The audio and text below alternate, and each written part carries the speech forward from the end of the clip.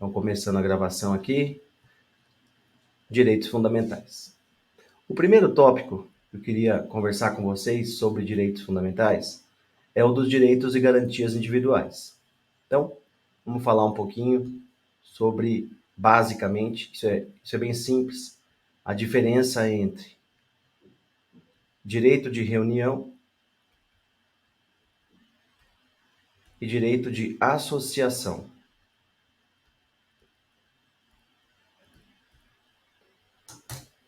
Então, o primeiro tópico que a gente vai conversar é a diferença entre direito de reunião e direito de associação no bojo dos direitos e garantias individuais. Reunião. Vou escrever aqui numa letra para vocês ficarem atentos.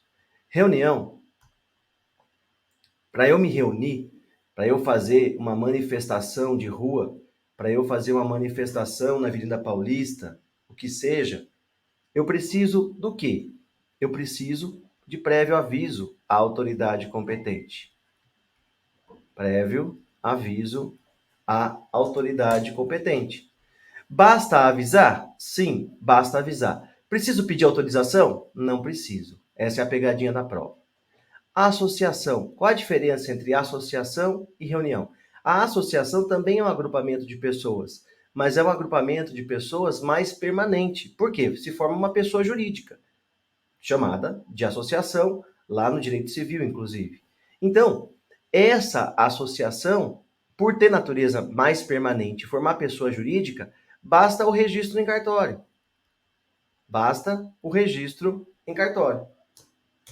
E qual é a grande dica para a prova a respeito de associação? Aí vou chamar no close aqui para mim de novo, para vocês terem uma ideia mais global. A associação, vocês não podem esquecer, a associação, se ela tiver fins ilícitos, ela pode ser dissolvida ou pode ter atividades suspensas. Essa é a boa questão da prova. Atividade suspensa por decisão judicial. Dissolução também por decisão judicial. Qual a diferença? Na dissolução, depende do trânsito em julgado. Então, tanto para suspender quanto para dissolver, depende de decisão judicial. Ou seja, se na prova ele falar que a decisão do prefeito suspendeu o funcionamento da associação, não pode. A decisão do prefeito dissolveu a associação, muito menos. Mas a decisão judicial suspendeu o funcionamento, pode. A decisão judicial transitada em julgado dissolveu, pode. Essa é a grande pegadinha sobre a associação para a prova de vocês, tá? Então, beleza. Vamos lá, vamos que vamos. Deixa eu ver se tem mais alguém aí. Bom dia, Bia, vamos que vamos. Pois avisem o pessoal no grupo lá que estamos online.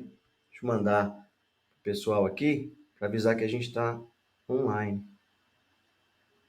Vamos que vamos. Então, vamos seguindo aqui a nossa revisão em direitos individuais. Direitos individuais. Estamos falando sobre reunião e associação e terminamos. É isso que é importante sobre reunião e associação, certo? Agora, uma outra dica. E aí eu vou chamar o close de novo. Aqui é eu que chamo, né? Porque não tem produção, não tem nada. Eu mesmo faço tudo. Então, chamou no close aqui, chamou no Zoom. E a dica é a seguinte. Racismo e ação de grupos armados, guardem essa, hein? Anota aí. Racismo e ação de grupos armados contra a ordem constitucional e o Estado democrático, vou repetir. Racismo e AGA, eu chamo de AGA, ação de grupos armados. Racismo e ação de grupos armados, esses dois crimes eles têm uma característica muito importante para a prova. Eles são inafiançáveis e imprescritíveis. Inafiançáveis e imprescritíveis. Lembrando que a pena criminal deles é sujeita à reclusão, mas o importante para direito constitucional é inafiançáveis e imprescritíveis. Guardem essa, anotem aí, tá? Ok.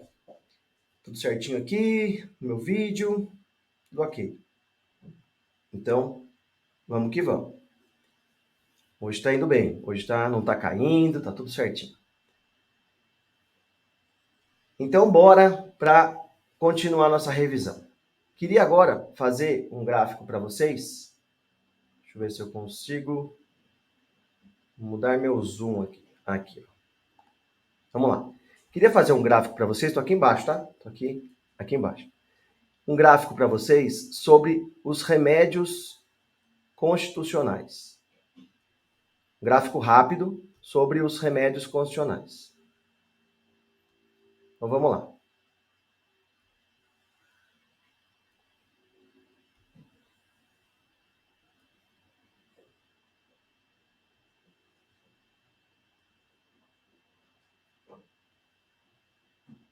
Primeiro remédio que eu queria conversar com vocês rapidamente, porque uma revisão tem que ser rápido mesmo, é o habeas corpus. O habeas corpus tutela qual direito? Habeas corpus é um remédio constitucional, uma ação judicial que tutela a liberdade de locomoção, liberdade de ir e vir. Ok. Habeas corpus depende de advogado? Não depende. É o único remédio que não depende. Habeas data. O que o habeas data tutela? A proteção de dados pessoais. O seu acesso, a sua retificação ou a sua complementação. Acesso a dados pessoais. Mandado de segurança. O que ele protege? Um direito líquido e certo. O que é um direito líquido e certo? Direito líquido e certo é aquele que não depende de comprovação. A prova já é pré-constituída, não depende de comprovação. Então, mandado de segurança, direito líquido e certo. Se eu passei numa prova de concurso público dentro das vagas do edital, eu tenho direito líquido e certo a ser nomeado. Se eu estou doente, não tenho condições de pagar o medicamento, eu tenho direito líquido e certo à vida e à saúde. Por isso eu entro com mandado de segurança, cobrando do poder público medicamento. Enfim, são infinitos exemplos. Mandado de injunção. Para que serve o mandado de injunção? Para suprir a omissão constitucional, do legislador ao regulamentar uma norma que trata de direitos fundamentais. Vou repetir. Mandado de injunção destina-se a suprir a omissão legislativa naquilo que toca à regulamentação dos direitos fundamentais previstos na Constituição. Então, o legislador fez alguma norma, direito fundamental, por exemplo, direito social, que garante a proteção em face da automação do trabalhador, e até agora não foi regulamentado. Esse direito fundamental não regulamentado admite uma ação, um remédio para que surja esse direito? Sim. Como chama esse remédio? Mandado de injunção. Lembrando que o Brasil adota a posição concretista no mandado de injunção. O Brasil adota a posição concretista do mandado de injunção. O que significa isso? Significa que o Poder Judiciário, considerando a omissão legislativa, pode suprir essa omissão aplicando uma lei de forma analógica. E para terminar, a ação popular. Ação popular. Para que serve a ação popular? A ação popular é a proteção do patrimônio público, a proteção do patrimônio histórico, a proteção da moralidade. Se eu estou vendo coisa errada no poder público, eu tenho o direito de promover uma ação para anular o ato lesivo. Anular ato lesivo da administração pública. Anular ato lesivo da administração pública. E quem pode entrar com a ação popular? Cidadão, mas depois a gente conversa mais sobre isso. Então, revisando. Habeas corpus, liberdade de locomoção. Habeas data, dados pessoais. Mandado de segurança, direito líquido e certo. Mandado de injunção, suprir a omissão na regulamentação de uma norma constitucional atinente a direitos fundamentais. E ação popular, anular ato lesivo. Agora eu vou chamar aqui no close para mim. Essa produção aqui tá muito top, né? Tá muito avançada. E eu queria falar com vocês especialmente sobre 3 pontos. 3 pontos aqui importantes. Primeiro, mandado de segurança. O mandado de segurança tem prazo decadencial, 120 dias. Então anota aí. Mandado de segurança, prazo decadencial, 120 dias. Mandado de segurança pode ser individual ou coletivo. Não pode esquecer isso também. 2. Ação popular tem prazo prescricional, 5 anos. Mandado de segurança, prazo decadencial, 120 dias. Ação popular, prazo prescricional, 5 anos. E por fim, ação popular ainda. Quem move ação popular? Só o cidadão. Só o cidadão. E aí é importante vocês não confundirem ação popular com iniciativa popular. Qual a diferença? A ação popular é a ação do cidadão sozinho que tenta anular um ato lesivo ao poder público. Patrimônio público, patrimônio histórico, moralidade, meio ambiente, patrimônio cultural. E a iniciativa popular é a possibilidade do cidadão apresentar projetos de lei no Congresso Nacional. Exemplo, aquele projeto Glória Pérez, no caso Daniela Pérez. Quantos tem que apresentar? Quantos cidadãos juntos devem ter para apresentar um projeto de lei? A dica é 1503, 1% do eleitorado nacional, divididos em ao menos 5 estados, com pelo menos 3/10 em cada um. 1% do eleitorado nacional, divididos em pelo menos 5 estados, com pelo menos 3/10 em cada um. 1503 ou 1503. Essa é a dica da iniciativa popular, tá? Não confundir, então, com ação popular. Beleza. Que mais? Habeas data. Habeas data é para dados, acesso a dados pessoais. A dica da prova é, cuidado com essa. Eu só posso impetrar habeas data caso ocorra uma negativa administrativa. Vou repetir. Eu só posso impetrar habeas data caso ocorra uma prévia negativa administrativa. E isso tem que ficar comprovado nos autos. Eu tenho que mostrar para o juiz que eu tentei na administração pública e não consegui o acesso, ou a complementação, ou a retificação de dados. Beleza? Grandes dicas para prova da OAB, exame 38, direitos fundamentais, especificamente garantias fundamentais. Tudo certo aí? Deixa eu ver como é que está o nosso chat. Bom dia, Flávio. Bom dia a todos. Qualquer dúvida, mandem aí no chat, tá, pessoal? Por enquanto, vamos que vamos. Tudo certinho. Vamos seguir. Ponto 2. Deixa eu ver aqui no meu vídeo se está tudo bem. Parece que está tudo bem, né? Eu estou acompanhando aqui a aula também. Tudo certinho. Ponto 2. Vamos falar um pouquinho sobre nacionalidade. Então, eu vou voltar minha tela aqui. Vamos falar um pouquinho sobre nacionalidade. Então, vamos lá. Eu queria trazer para vocês, rapidamente, as diferenças entre brasileiro nato e naturalizado. Diferenças entre brasileiro nato e naturalizado. Então, vamos tentar fazer aqui as diferenças entre brasileiro nato e naturalizado.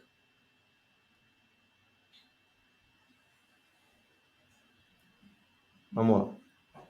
Nato. Naturalizado. Diferenças entre brasileiro nato e naturalizado. Primeira diferença. Em relação à extradição. Em relação à extradição.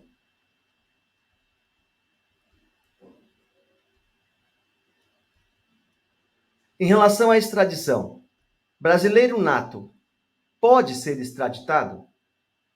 Então, alguém cometeu um crime fora do Brasil e voltou para o Brasil. Está aqui. Esse país no qual foi cometido o crime solicita ao Brasil o envio dessa pessoa para lá para ser julgada e condenada e ser aplicada a pena. O Brasil manda ou não manda? Resposta: brasileiro nato nunca será extraditado. Nunca será. Então, se na prova ele falar para vocês, fulano de tal, brasileiro nato, cometeu um crime no estrangeiro, no exterior, e o país no qual foi cometido o crime solicita o encaminhamento de fulano de tal, perdão, para que a pena seja aplicada. Qual vai ser o gabarito? Fulano de tal não será extraditado porque é brasileiro nato. Simples assim. Beleza. Naturalizado é extraditado? Em regra, não. Em regra, não. Em regra, não. Mas tem exceção? Tem. Salvo. Quais são as exceções em que o naturalizado pode ser extraditado? Primeiro, essa é importantíssima. Tráfico de drogas. Tráfico de drogas. E segundo, crime anterior à naturalização. Tráfico de drogas. E segundo, crime anterior à naturalização. Nessas duas hipóteses, são exceções. O naturalizado, quem é o naturalizado? Aquele estrangeiro que preencheu os requisitos e se naturalizou brasileiro. O naturalizado pode ser extraditado. Tráfico de drogas e crime anterior, tá? Não esqueçam esse detalhe. Detalhe importante para a prova, a diferença entre brasileiro nato e naturalizado em relação à extradição. Segunda diferença, em relação a cargos. Alguns cargos só podem ser ocupados por brasileiro nato. Alguns cargos só podem ser ocupados por brasileiros natos. Quais são eles? Presidente da República e vice. Presidente da República e vice.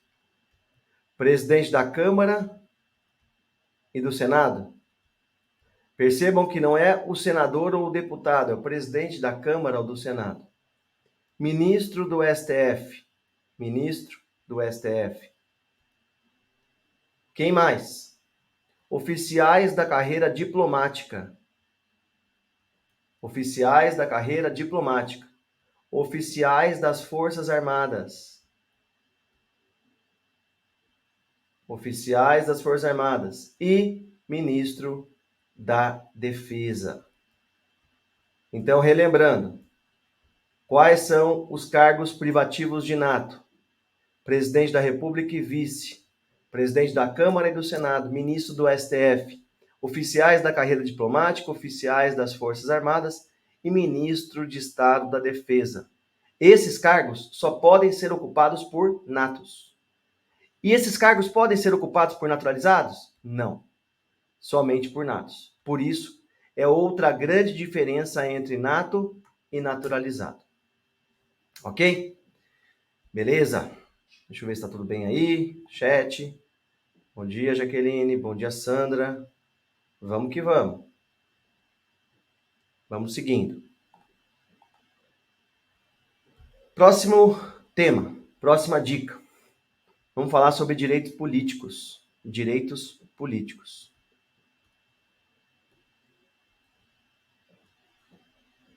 Direitos políticos.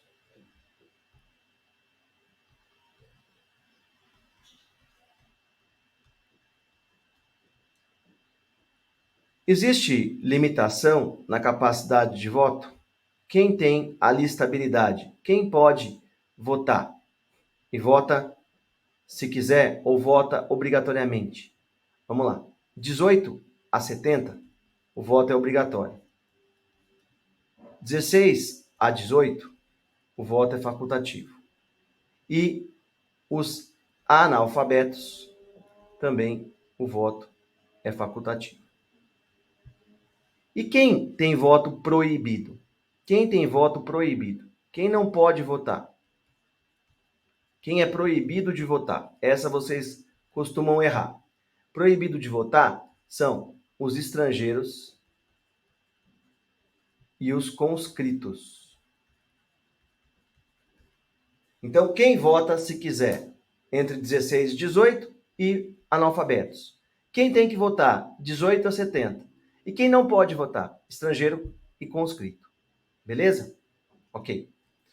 Agora, em relação ao voto, isso é importante. O que eu preciso ter no Brasil para conseguir exercer um direito tendo o voto?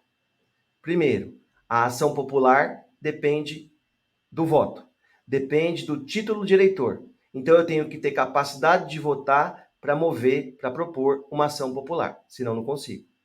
Segundo, iniciativa popular. Para eu apresentar projetos de lei no Congresso Nacional, eu dependo da capacidade de votar. Então, existem alguns direitos que dependem da capacidade do voto. Isso é importantíssimo, tá? Ok. Quem pode receber voto e quem está proibido de receber voto? Eu vou fazer outra cor aqui para vocês não errarem isso. Quem não pode ser votado. Quem não pode ser votado. Quem não pode ser votado. Quem não pode receber voto de ninguém em nenhuma hipótese? Primeiro, estrangeiro. Se o cara não pode votar, não pode ser votado. Conscrito. Quem é o conscrito? É aquela pessoa que está realizando o serviço militar obrigatório. Conscrito. E também o analfabeto. Mas eu não acabei de falar que o analfabeto vota se quiser? Então, ele vota se quiser. O voto dele é facultativo, mas ele não pode ser votado. Ele é proibido de ser votado. É o que a gente chama de inelegibilidade absoluta. Tá? Ele não tem capacidade eleitoral passiva. Não tem. Ok. O que seria uma dica boa para a prova? O que seria... Deixa eu apagar aqui para a gente ter uma ideia legal aqui da matéria. O que seria desincompatibilização? O que seria desincompatibilização? O fulaninho aqui é prefeito do município Alfa. Prefeito. Está acabando o mandato dele e ele quer se candidatar nas próximas eleições a deputado federal. Então, o fulano de tal é prefeito do município Alfa. Nas próximas eleições, ele quer se candidatar a deputado federal. Ele precisa renunciar ao cargo dele um tempo antes para disputar o próximo mandato eletivo? Resposta: sim. Como chama isso? Desincompatibilização. E quanto tempo antes ele tem que sair para poder disputar? 6 meses antes. 6 meses antes de terminar o mandato, ele tem que sair para disputar o cargo de deputado federal. Então, esse sair significa renunciar. Não significa sair, exonerar ou sair, afastar. É sair, renunciar. Candidato, chefe do Poder Executivo, sempre que for disputar outro cargo, reeleição não se aplica a isso, deverá renunciar ao respectivo mandato até 6 meses antes do pleito. É assim, é esse o teor da norma constitucional, atinente ao Instituto da Desincompatibilização. Tudo certo? Deixa eu ver se está tudo bem aqui para vocês. Beleza. Acho que sim, tudo bem. Qualquer dúvida, me chamem. Ok. Último tópico, sobre direitos políticos. Vamos falar um pouquinho sobre partido político. Partido político. Partidos políticos. Os partidos políticos são pessoas físicas ou jurídicas? Jurídicas, obviamente. Direito público ou de direito privado? De direito privado. Privado. Partido político não é pessoa de direito público, como muitos imaginam. Partido político é pessoa jurídica de direito privado. Privado. Portanto, o partido político, pessoa jurídica de direito privado, quando ele é registrado em cartório de pessoa jurídica, nasceu. Para ele funcionar, ele tem que registrar o estatuto no TSE. Vejam que não é para existir, é para funcionar. Registro no TSE como condição de funcionamento. Mas o que eu quero lembrar a vocês é que as coligações partidárias, a união entre partidos, só são admitidas nas eleições majoritárias. Não se admitem nas eleições proporcionais. Ou seja, Eleição para deputado e vereador não pode ter coligação. Isso é importante vocês guardarem. Eleição para deputado federal, estadual ou vereador não pode ter coligação partidária. Só se admite coligação nas eleições majoritárias, que são presidente, governador, prefeito e senador. Tá bom? Essa dica é importante também que vocês guardem, a dica das coligações. Coligações. Beleza? Só nas eleições majoritárias. Para a prova, são proibidas coligações nas eleições proporcionais. Certa questão. Tá? Ok. Tudo certo aí? Tudo bem com todo mundo? Nenhuma dúvida? Beleza.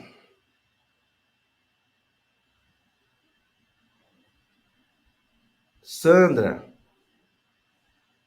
A Sandra falou assim, condenação transitada em julgado. Não foi uma pergunta, né? Foi uma afirmação. Condenação transitada em julgado perde direito político? Errado, errado.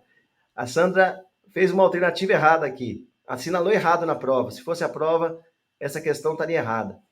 Vamos lá. Aproveitar a pergunta da Sandra aí para fazer outra dica para vocês. Não estava previsto eu falar isso, mas já que a Sandra lembrou, vamos lá. Suspensão dos direitos políticos não se confunde com perda.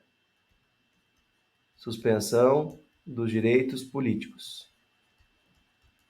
Existem duas hipóteses muito famosas que a prova pode perguntar relativas à suspensão dos direitos políticos. Então vamos lá.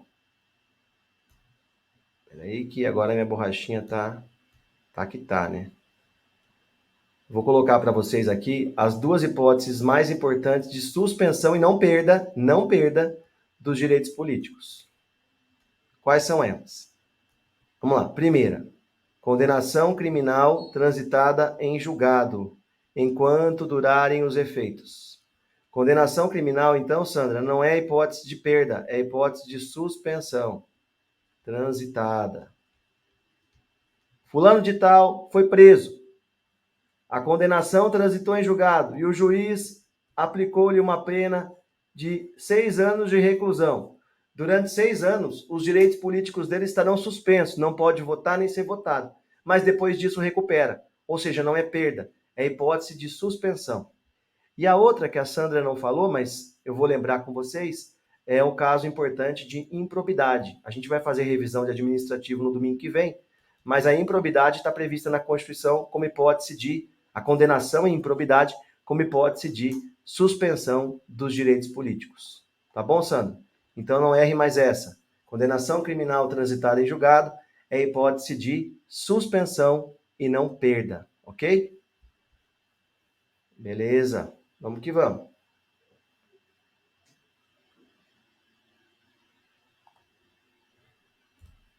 Próximo tema, próximo tópico. Tópico da federação. Federação. Organização federativa. Federação.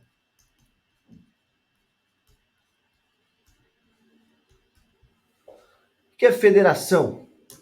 Federação é a união, foedos significa união, é a união entre entes federados. É a união entre entes.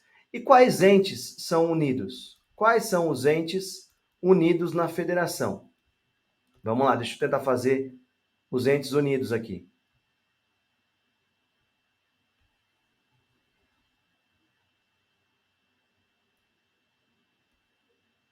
Aqui, ó, vamos ver se a gente consegue entender esse negócio. União é um ente mais global. Estados é o intermediário e os municípios. E o Distrito Federal também, vou colocar o Distrito Federal aqui em outro lugarzinho. O Distrito Federal, vou colocar quadrado aqui, mas tem uma lógica nisso. O Distrito Federal. Então, o que a gente tem de entes unidos? União, estados, Distrito Federal e municípios. Vou chamar o close aqui para vocês não errarem essa. Faz tempo que não cai, mas pode cair. Aqui. Faz tempo que eu não chamei o close hoje. Seguinte, territórios federais, guardem essa. Territórios federais não são entes federados. Territórios federais são autarquias que pertencem à União. Eles têm natureza autárquica, entidade descentralizada e pertencem à União. Eles não compõem a federação, eles não têm autonomia. Entretanto, por isso que eu chamei no close, entretanto, os territórios podem ser divididos em municípios. Então, vou repetir. Os territórios não são entes federados, mas eles podem ser divididos em municípios. O município é ente federado. Então, o município de território é ente federado? Sim. E o território? O território não. Mas o município dele pode ser. Se ele tiver município. Porque pode ser que ele não tenha. Se ele não tiver, não tem ente federado lá dentro. Mas se o território tiver municípios, então os municípios são entes federados. Tá? Essa é uma dica importante. Ok. O que esses entes têm em comum? O que existe entre eles? Qual é a relação entre eles? É uma relação de casamento? É uma relação de filiação? É uma relação chamada relação de autonomia. Relação de autonomia. Os entes são autônomos entre si. Cada um tem sua capacidade administrativa, cada um tem sua capacidade política, cada um tem sua capacidade financeira, e eles se autorregulam.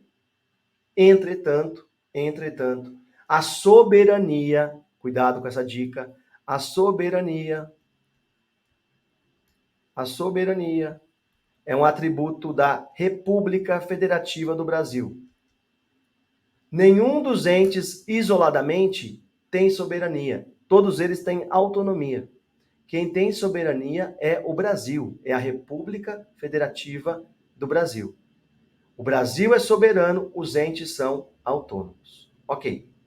Próxima dica sobre federação. Se um desses entes aqui descumprir a Constituição, for um ente desobediente, até combina, for um ente desobediente, é possível a intervenção? Qual é a fisionomia jurídica da intervenção? Então vamos analisar isso aqui.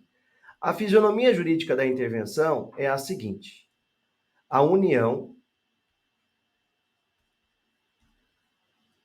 pode intervir, a União pode realizar a intervenção nos estados. A União pode realizar a intervenção nos estados. E os estados realizam a intervenção nos municípios. Então, a União intervém nos estados e os estados intervêm nos municípios. Essa é a lógica. Essa é a regra geral. Quais são as pegadinhas? Quais são as dicas? As dicas são as seguintes. Lembram que eu acabei de falar que a União não intervém em município. O Estado intervém no município, a União intervém no Estado. Essa é a regra. Mas eu acabei de falar para vocês que os territórios federais pertencem à União, eles são um território da União com natureza autárquica, e eles podem ter municípios. Podem não ter ou podem ter. Se tiverem municípios, o município tem autonomia. E se esse município do território, que não existe hoje no Brasil, se esse município do território for um município desobediente, um município safado, um município que não cumpre a Constituição, nesse caso, a União ou o Estado vão fazer a intervenção. Como o território não tem natureza de Estado, sobrou para a União. Então, essa dica é importante. Cabe à União intervir em municípios localizados em territórios federais.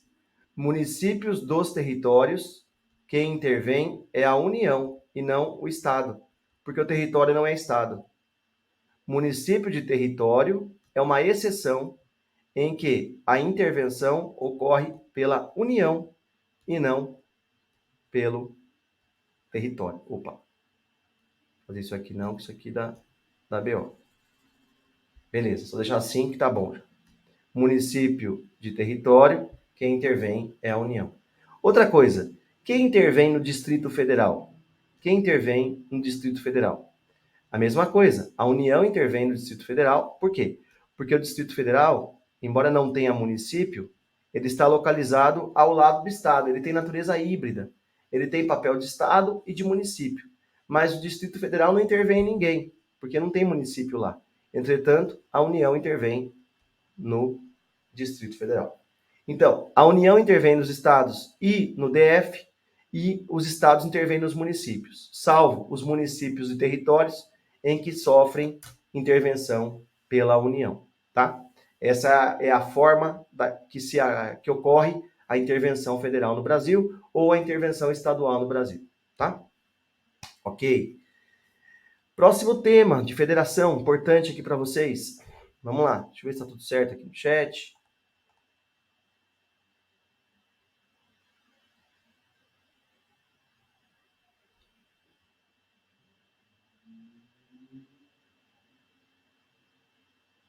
Sandra, obrigado. Marcanjo, César é subpreso. Não entendi a pergunta, mas depois façam de novo. Vamos lá. Continuando a nossa revisão sobre federação. Queria que vocês lembrassem aqui. Deixa eu tirar meu. Aí. Queria que vocês lembrassem aqui da chamada repartição das competências federativas. Repartição das competências. Repartição das competências. Como assim? Vamos lá. Eu posso ter competência federativa para fazer leis. Essa é a competência que mais cai na prova. Fazer leis, que a gente chama de competência legislativa. Então, quem faz lei, da onde sai a lei que trata do direito do trabalho? Quem faz lei trabalhista? A lei trabalhista é da competência da União. Como que eu chamo quando a Constituição define que a competência é só da União? Competência privativa. Privativa da União. Artigo 22 da Constituição. Recomendo a leitura antes da prova. Agora, e se eu falo direito financeiro, que está começando a cair para vocês, direito tributário, direito urbanístico, direito econômico, quem tem competência para fazer isso? A União, os estados e o Distrito Federal. Como que chama essa competência que a Constituição designou a mais de um ente federativo, não só a União? Ela é chamada de concorrente. Está no artigo 24. Competência concorrente entre União, estados e Distrito Federal. A pegadinha é que os municípios não estão aqui. Não estão aqui. Então, a prova da OAB gosta bastante desse tema. Recomendo que vocês prestem bastante atenção no artigo 22 e no artigo 24 da Constituição, que trata das competências privativas e das competências concorrentes. Lembrando que privativa não se confunde com exclusiva. Se ele falar exclusiva onde é privativo, está errado. Se ele falar, a dica, se ele falar, deixa eu até chamar no close aqui, que acho que isso é importante. Se o examinador da prova de vocês, na prova do exame 38, falar para vocês, compete exclusivamente à União legislar sobre direito penal. Direito penal é privativo da União. Mas não é exclusivo, é privativo. A palavra exclusivo não remete a fazer leis, remete a executar serviços públicos ou praticar atos administrativos. Não tem a ver com a matéria legislativa. A matéria legislativa, se a prova mencionar para você a lei do município tal, ou a lei do estado tal, ou a lei da União, é lei que ele está falando. Se ele está falando de lei, o gabarito só pode ter, presta atenção nessa dica, o gabarito só pode ter competência privativa ou competência concorrente, depende do que se trata aquela lei. Que fique bem claro isso, hein? Esse é um tema muito importante e que o exame de ordem gosta bastante de cobrar. Repartição de competências federativas, tá bom? Beleza. Então, voltamos para a nossa revisão. 45 minutos de revisão, mas está rendendo bem, vamos que vamos. Deixa eu chamar o pessoal aí, chamem o pessoal das turmas para virem aqui também. Vamos que vamos. Vamos seguir. Tô mandando aqui pro pessoal. Vamos ver se... AB, revisão, turno, sábado, bora. Então vamos lá. Continuando. Vamos falar agora sobre poderes. Sobre poderes. Separação dos poderes ou organização dos poderes. Vou começar falando sobre poder executivo. Poder executivo. Vamos lá. Poder executivo. Poder executivo.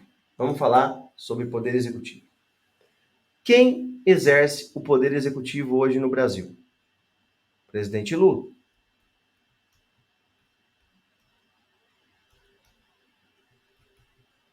Aqui, presidente da República. É chefiado pelo presidente da República. A primeira dica é: se o presidente deixar o cargo vago temporariamente. Então, vaga temporária. Ou seja, vacância temporária. O presidente foi viajar, ou o presidente Lula ficou doente. O que acontece com o país? Vacância temporária. E se a vaga for definitiva? O presidente Lula teve um mal súbito e faleceu.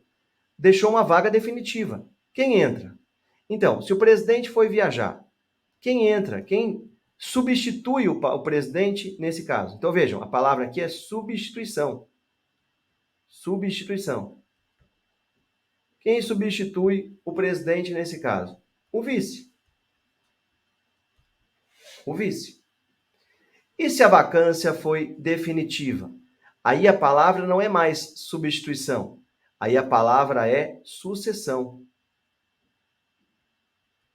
Então, vejam bem na hora da prova, na hora da questão da prova, se o presidente, se ele colocar uma questão dessa, se o presidente deixou o cargo de forma temporária, o gabarito vai ser substituem o presidente.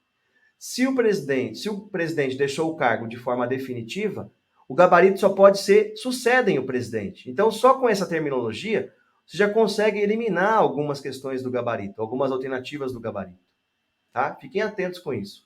É uma estratégia de prova. E se o presidente, então, faleceu de mal súbito e foi sucedido? Quem sucede o presidente? Ué, o vice. Todo mundo sabe isso. Esse gráfico é só para você entender. Se a vacância for temporária, o nome é substituição. Se a vacância for definitiva, o nome é sucessão. Mas essa é uma dica boa para a prova. Mas a dica mais legal, ou as dicas mais legais, eu vou chamar agora no zoom, no close aqui. A produção aqui é eficiente, né? Vamos lá. O presidente da República foi substituído pelo vice. O que aconteceu com o presidente? Vagou o cargo temporariamente. Nesse caso, quem sucede? Quem substitui? Sucede é definitivo, substitui é temporário. Quem substitui ou sucede é sempre o vice. Beleza?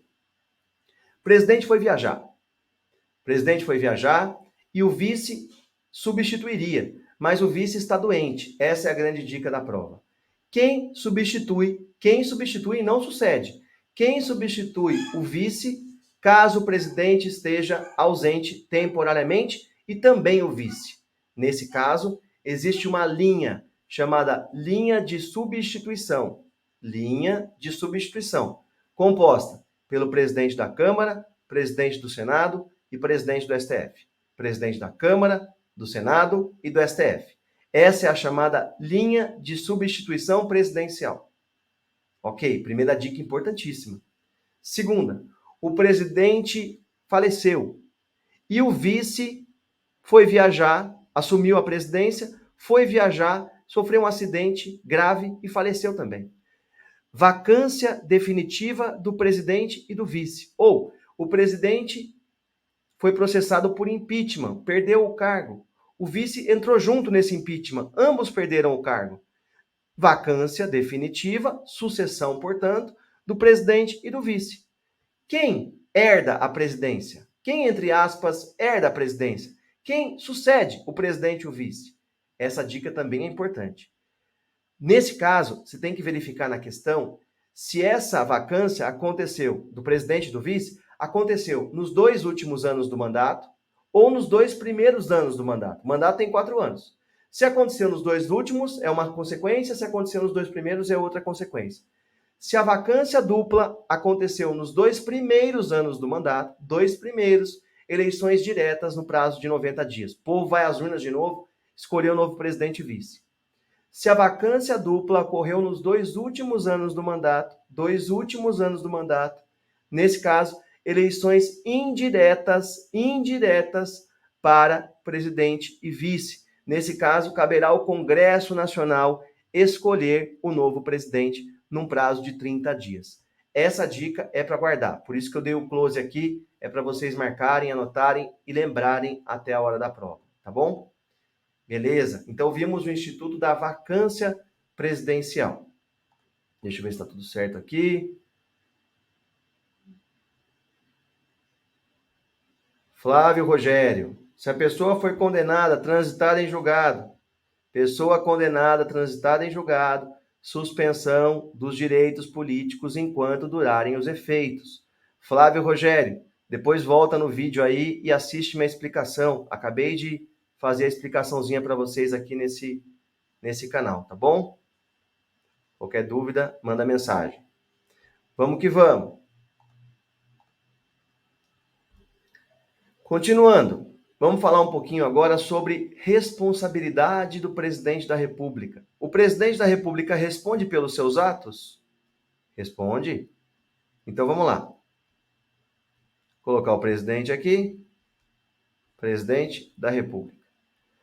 O cargo de presidente tem algumas regalias? Tem algumas imunidades?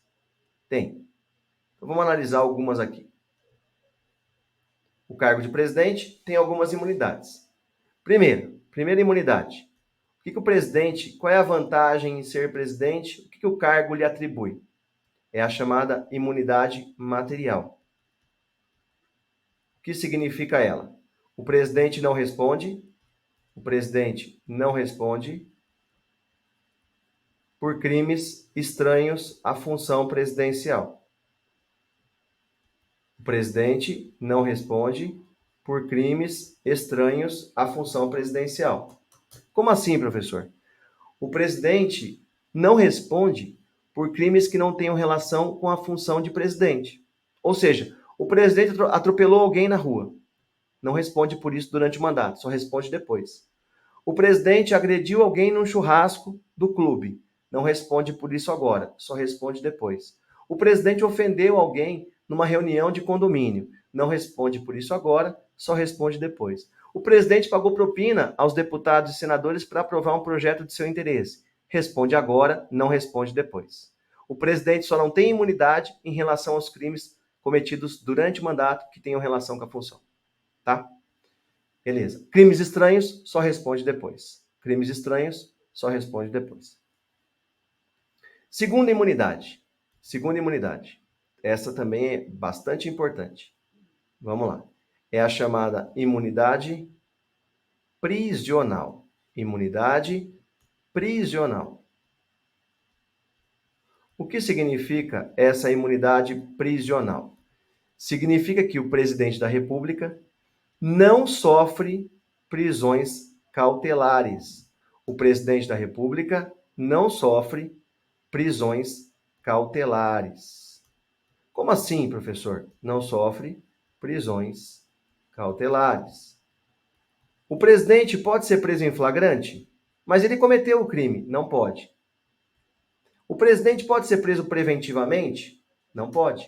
É uma garantia da função presidencial. O presidente pode ser preso temporariamente pela prisão temporária? Também não.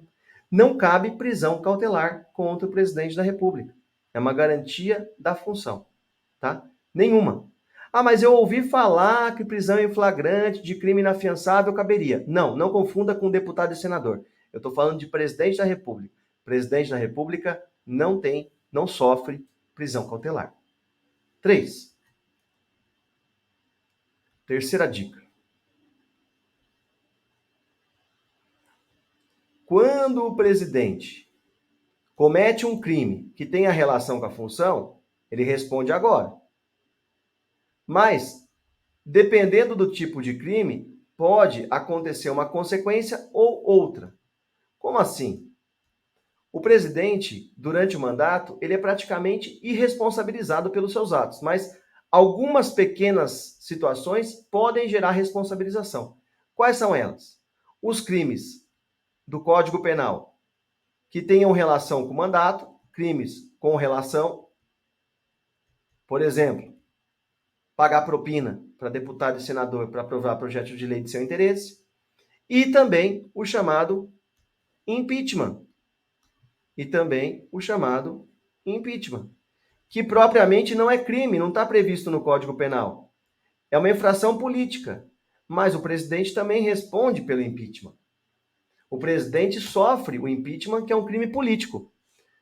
Na nossa história, o ex-presidente Collor sofreu impeachment, a presidente Dilma sofreu impeachment. Tivemos impeachment presidencial na nossa história democrática, pós-88. Então, o que acontece nessa responsabilização? Vejam, isso é importante. Quem autoriza o processo por crime comum ou quem autoriza o processo pelo crime de impeachment? Esses processos dependem da autorização de um órgão. Isso já caiu na prova da ordem. Quem autoriza esse órgão? Quem autoriza esse julgamento? É um órgão. Esses dois processos. E quem julga esses processos por crime comum ou pelo impeachment? Vamos lá, isso é uma dica boa. Crimes com relação com a função. O presidente pagou propina para deputado e senador, vai ser processado, vai responder por esse crime. Por quê? Porque tem relação com a função. Ok. Quem autoriza o processo? Câmara dos Deputados. Quem julga o presidente? Supremo Tribunal Federal. Beleza. Impeachment. Quem autoriza o processo? Câmara dos Deputados. Qual é o quórum que a Câmara autoriza qualquer dos processos contra o presidente? 2/3. E quem julga o presidente no impeachment? Quem julga o presidente no impeachment? Quem julga o presidente no impeachment é o Senado. Guardem essa dica. Presidente da República é irresponsabilizado pelos seus atos durante o mandato se não tiver relação com a função. Se tiver, aonde ele responde? Se for crime comum do Código Penal relacionado à função, no STF com autorização da Câmara. Se for crime de responsabilidade ou impeachment, a autorização da Câmara responde no Senado. De qualquer forma, crimes estranhos à função, o presidente não responde. E também, em relação ao presidente, não cabem prisões cautelares. Esse slide é bastante importante para a prova também. Guardem ele, tá bom? Beleza? Tudo certo aí? Deixa eu ver se está tudo bem. Acho que sim. Qualquer dúvida, me chamem aqui, tá? Beleza. Vamos que vamos. Próxima dica, próxima ideia. Vamos falar um pouquinho sobre deputados e senadores, as chamadas imunidades parlamentares. Imunidades parlamentares. Deputados e senadores têm imunidade em relação à função que exercem? Resposta: sim. Quais são as imunidades dos deputados e senadores? Vou tentar fazer aqui pequenas bolhas, né? Porque eles vivem em bolhas mesmo, que só eles entendem. Pequenas bolhas aqui para vocês entenderem as imunidades parlamentares. Vamos lá. Primeira, imunidade material. O que significa a imunidade material? Os deputados e senadores não respondem por suas opiniões, palavras e votos. Não respondem por suas opiniões, palavras e votos. Não respondem pelos crimes contra a honra. Nem agora, no mandato, nem depois. Deputado que ofende outra pessoa não responde por isso. Não responde criminalmente nem civilmente. Essa responsabilidade, essa irresponsabilidade abrange o aspecto civil e também o aspecto criminal. Deputados e senadores não respondem por suas opiniões, palavras e votos, regra geral, crimes contra a honra. Em relação a aspecto civil, não responde por dano moral, não vai ser obrigado a pagar a indenização por dano moral e também não respondem criminalmente. Essa é a chamada imunidade material. Agora, essa está bem batida já na prova. Acredito que nem vai cair. Mas, enfim, melhor prevenir. A outra imunidade, que já é mais interessante, é a chamada imunidade prisional. O presidente não tem imunidade prisional? Tem. O presidente tem. Como que é a imunidade prisional do presidente? A imunidade prisional do presidente significa que o presidente não sofrerá prisões cautelares. O presidente só pode ser preso durante o mandato se ele for condenado num processo que tenha relação com a função e esse processo transite em julgado no STF. Só nessa hipótese que ele pode ser preso. Fora isso, prisão cautelar, nunca. O presidente nunca. E o deputado e o senador e os parlamentares podem ser presos? Resposta: sim. Mas por que eu estou falando então em imunidade prisional? Vejamos. O presidente, os parlamentares, deputados e senadores têm imunidade prisional, ou seja, não cabe também prisão cautelar. Mas eu acabei de falar que existe a possibilidade? Calma. Não cabe cautelar, salvo, essa é a pegadinha, salvo o flagrante. Flagrante. Qual o flagrante? O flagrante de crime inafiançável. Flagrante de crime inafiançável. Por exemplo, o deputado ou senador praticou um crime de tráfico de drogas. O deputado ou senador praticou um crime de terrorismo, praticou um crime de tortura. São todos crimes inafiançáveis na ótica constitucional. Nesse caso, o deputado ou senador podem ser presos cautelarmente? Podem. Que tipo de prisão? Flagrante. Ok, guardem essa dica. Terceiro, o deputado ou senador sofre processo? Sofre. Ele só é imune em relação aos crimes de palavra, os crimes contra a honra. Em relação aos outros crimes, ele sofre normalmente. Então, o deputado ou senador sofre processo onde?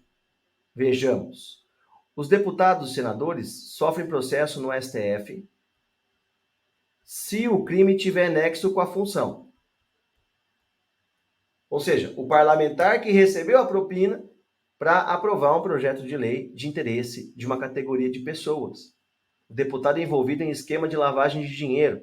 O senador é envolvido em esquema de lavagem de dinheiro. São crimes que têm relação com a função. Nesse caso, havendo nexo com a função, o Supremo julga. Se o crime não tiver nexo com a função, o deputado é julgado pela instância comum. O deputado é julgado pela instância comum. Comum, sem nexo. Se o crime não tiver nexo com a função, o deputado é julgado pela instância comum. De qualquer forma, deputados e senadores sofrem processo durante o mandato. Se o crime for praticado durante o mandato e tiver nexo com a função, então é o STF que julga. Se o crime for praticado antes do mandato ou não tiver nexo com a função, é a Justiça Comum que julga. Beleza. Agora eu vou chamar no Zoom para dar uma dica top, uma dica super importante em relação à prisão, em relação ao processo. Vamos lá. Vamos lá, estamos aqui, né? Em relação à prisão, em relação ao processo, quando eu abro a tela, eu imaginei de fazer isso, né? Antes de preparar a aula para vocês, que esse zoom na tela acho que dá uma ideia de que tem que fixar, e tem que fixar mesmo, esse tema tem que fixar. Então vamos lá. Deputado e senador que foi preso, prisão em flagrante de crime inafiançável, ou deputado e senador que cometeu um crime e foi processado por um crime que tem relação com a função lá no STF. O que acontece com esse deputado e com esse senador? Tanto em relação ao deputado e senador preso, quanto em relação ao processado, a maioria, aguardem isso, a maioria absoluta da casa parlamentar, a que ele pertence, se for deputado, a Câmara dos Deputados, se for senador do Senado, podem mandar soltar o parlamentar, caso ele tenha sido preso, ou podem mandar sustar o processo, caso o processo esteja em andamento. Maioria absoluta da Casa Parlamentar pode mandar soltar ou mandar parar o processo. É um baita privilégio, é um grande privilégio dos deputados e senadores se tiverem o apoio dos seus pares. Guardem essa dica. Maioria absoluta. Maioria dos membros da Casa Parlamentar. Beleza? Ok. Então, com isso, a gente encerra o ponto de poderes, que eu queria contar para vocês aqui, revisar com vocês, poder executivo e poder legislativo. Vamos para outro tema. Até aqui tudo certo?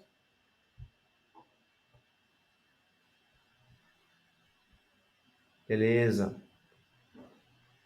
Vamos lá, então. Vamos seguir. Vamos falar agora um pouquinho sobre espécies normativas. Vamos falar agora um pouquinho sobre espécies normativas.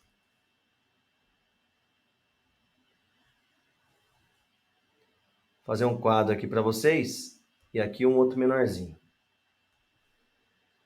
Primeira espécie normativa. Vou colocar a espécie normativa aqui e embaixo o quórum para sua aprovação, tá? Então a gente vai fazer assim, ó. Espécie normativa, eu vou colocar aqui as 4 que eu quero revisar com vocês, que são lei ordinária, lei complementar. Vou colocar a medida provisória junto com a lei ordinária por estratégia didática, tá? Medida provisória, lei complementar e emenda constitucional. Então vamos lá. O que a gente vai colocar aqui embaixo? A gente vai preencher quantos turnos o projeto precisa passar para ser aprovado, quantos turnos, 1 ou 2, e qual é o quórum, turnos e quórum. Então vou preencher aqui turnos e quórum. Lei ordinária, quantos turnos? 1 turno, uma vez na Câmara, uma vez no Senado. Qual quórum? Maioria simples.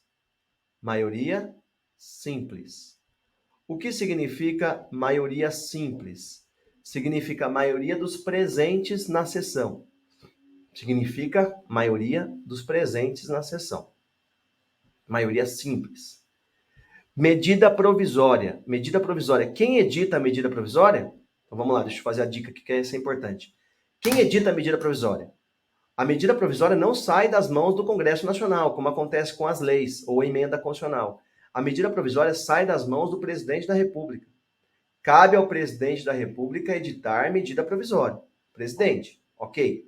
O presidente edita. Qual é o prazo que ela tem? Porque ela é provisória, né? Qual é o prazo que ela tem de eficácia? 60 mais 60 dias prorrogados automaticamente. Então, 120 dias é o prazo da medida provisória. Guardem essa dica. Medida provisória, editada pelo presidente, 120 dias. Ok, voltando lá para a nossa tabela. Então, medida provisória.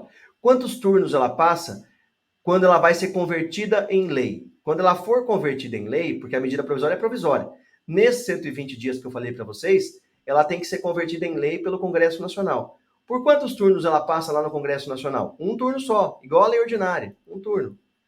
E qual o quórum? O mesmo quórum da lei ordinária, maioria simples. Maioria simples. Então, tanto a lei ordinária quanto a medida provisória tem o mesmo quórum de votação. Maioria simples. A diferença é que a lei ordinária, por maioria simples, já é transformada em lei. Ela era um projeto e vira lei. A medida provisória estava tendo efeito por 120 dias e foi convertida em lei. Mas o quórum é o mesmo. E quando a medida provisória é convertida em lei, ela se transforma em lei ordinária. Então elas são muito parecidas, elas são primas irmãs, né? A medida provisória e a lei ordinária. E a lei complementar? A lei complementar é um pouquinho diferente, mas bem pouco. A lei complementar também passa por um turno na Câmara e no Senado. E qual quórum? Maioria absoluta. Qual a diferença entre maioria simples e maioria absoluta? A maioria simples é a maioria dos presentes. A maioria absoluta é a maioria dos membros da casa. Ou seja, Se eu tenho 60 pessoas presentes hoje na votação, a maioria simples disso é 31. Se eu tenho 100 membros na casa, embora estejam 60 presentes, 100 membros na casa, 100 parlamentares, para aprovar a maioria absoluta, eu tenho que ter 51, porque eu olho para a maioria dos membros da casa e não dos presentes. Ainda que existam 60 presentes hoje, para aprovar a medida eu preciso de 51, que é a maioria do total de membros da casa. Então, o quórum da lei complementar é um pouquinho maior do que o quórum da lei ordinária, tá? Ok. E para fechar, emenda constitucional. Emenda constitucional. A emenda constitucional já é um pouquinho diferente das demais. Por quê? Porque ela passa por 2 turnos. Isso é importante vocês guardarem. 2 turnos. A emenda constitucional é a norma que altera a Constituição Federal. E em razão de alterar a Constituição Federal, é preciso um quórum mais rigoroso. A nossa Constituição é classificada como rígida por esse motivo. Rígida por quê? Porque o quórum para alterar as normas constitucionais é superior ao quórum das leis em geral. Ela é chamada de rígida. Então, lei ordinária, maioria simples. Medida provisória, maioria simples. Lei complementar, maioria absoluta. Medida provisória, maioria simples. E emenda constitucional? Emenda constitucional, 2 turnos, 3/5 em cada uma das casas, nos 2 turnos em cada uma. 3/5 dos votos dos respectivos membros do Congresso Nacional. Então, a emenda constitucional altera a Constituição e ela tem o quórum mais elevado que existe na Constituição Federal para aprovação de leis. 3/5. 3/5. Não confundam com 2/3. Né? Os alunos, durante os anos de aula aí, sempre que eu pergunto, qual é o quórum da emenda? O pessoal responde, 2/3. Está errado. O quórum da emenda é 3/5. Não pode confundir. 2 turnos, o que tem 2 aí é turno e não terços. 2 turnos e 3/5. Tá? Guardem essa ideia, esse quadro, que vai ajudar bastante vocês na hora da prova. Eu fiz um quadrinho aqui paralelo para a gente relembrar rapidamente que as emendas constitucionais, elas sofrem, eu vou colocar aqui 2 para vocês, mas limitações. Então, limitações das emendas. Limites das emendas. O primeiro limite das emendas é o que eu chamo de limitação circunstancial. Limitação circunstancial. Ou seja, em algumas situações, em algumas circunstâncias, não pode ter emenda constitucional. Estado de defesa, estado de defesa, estado de sítio e intervenção federal.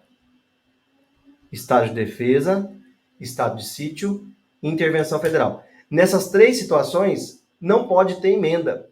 Temos aí um exemplo, uma situação que impede a aprovação de emendas. Impede. Ok. Vou chamar aqui no close só para a gente fazer uma rápida revisão desse ponto das limitações circunstanciais.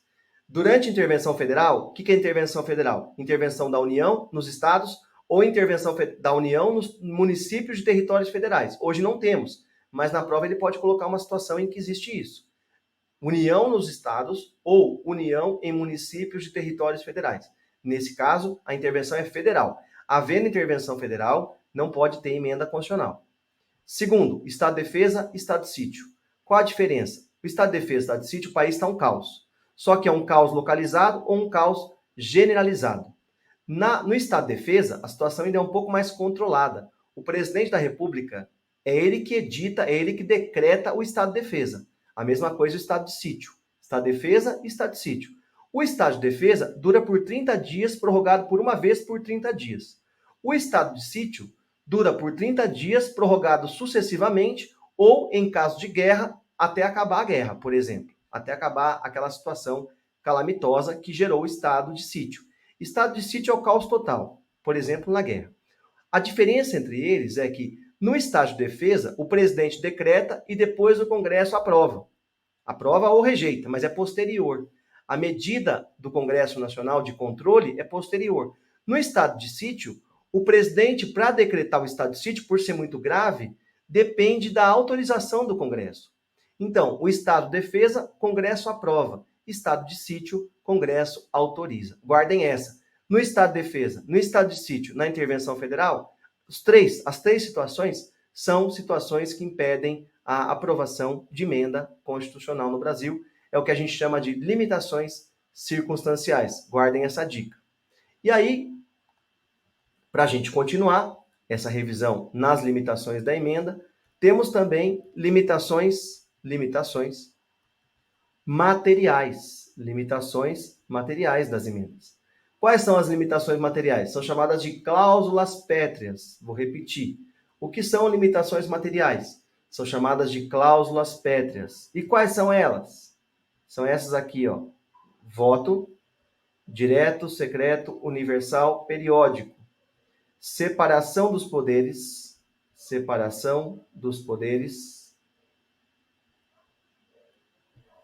Forma federativa de Estado, federação. E os direitos e garantias individuais. Então, eu vou repetir aqui no close. Quais são as cláusulas pétreas no Brasil? As cláusulas pétreas são voto, primeira, voto, guarda aí, anota aí. Voto direto, eu votando no meu candidato. Secreto, universal e periódico. Lembrando que o voto obrigatório não é cláusula pétrea, já teve pegadinha de OAB sobre esse ponto. 2. Separação dos poderes, executivo, legislativo, judiciário, separadinhos. Isso é cláusula pétrea. 3. Forma federativa de Estado. A federação, dividir lá, como eu falei para vocês agora há pouco, União, Estados, Distrito Federal, municípios, tudo isso, essa estrutura federativa é pétrea. E o que mais? Os direitos e garantias individuais. O artigo 5º traz um emaranhado de direitos individuais e garantias, que eu revisei com vocês, poucos, mas importantes, no começo da aula de hoje. Esses direitos e garantias individuais são todos pétreos. Então, o legislador constituinte, o último direito individual que ele colocou foi a proteção de dados pessoais. Ah, se no futuro ele quiser tirar essa proteção de dados pessoais, ele vai poder? Não. Por quê? Porque não pode fazer emenda em matéria pétrea. Direito individual é cláusula pétrea. Uma vez inserido um direito, ele não pode mais ser abolido. Guardem essa dica. Beleza? Então, com isso a gente encerra o tema espécies normativas, que eu queria conversar com vocês sobre esse ponto importante aqui, espécies normativas. Vamos entrar agora, deixa eu ver como é que está aí o chat, se tem alguma dúvida, tudo certo? Tá tudo certo aí, pessoal? Me digam que está tudo ok, se a live está transmitindo certinho. Se não... Acho que tá, né? Eu não consigo ver aqui, mas deve estar. Vamos lá, vamos voltar. Me deem um feedback aí. Devem estar anotando as coisas, né? É normal. Tem que anotar mesmo. Tem que anotar tudo. Vamos lá. Queria falar agora um pouquinho com vocês, rapidamente. Já são 11h20, 1h20 de revisão. Mas estamos terminando, tá? Vai dar certinho o tempo. Vai ser bem controlado. Vamos falar um pouquinho de controle das contas. É uma coisa que é difícil de fazer, né? Controlar as contas em casa, imagina, controlar a conta. É uma tarefa árdua. Mas o poder público também tem que ter o controle das contas. E aí existem órgãos para fazer isso. Então vamos lá. Falar um pouquinho sobre tribunais de contas. Tribunais de contas. Qual é o papel dos tribunais de contas? O que fazem os tribunais de contas? Os tribunais de contas fazem o controle das contas do poder público. Mas como assim o controle? Eles são o órgão principal ou eles são o órgão auxiliar? Essa é a primeira dica, é a primeira pegadinha. O Tribunal de Contas ele tem natureza auxiliar. Ele não tem natureza principal. Quem que eles auxiliam? Eles auxiliam o poder legislativo. O legislativo tem por função típica fiscalizar as contas. Então, guardem bem isso aqui. O Tribunal de Contas não é órgão principal, ele é órgão auxiliar. Ele auxilia o legislativo na fiscalização das contas. Ok? Então, como que faz isso?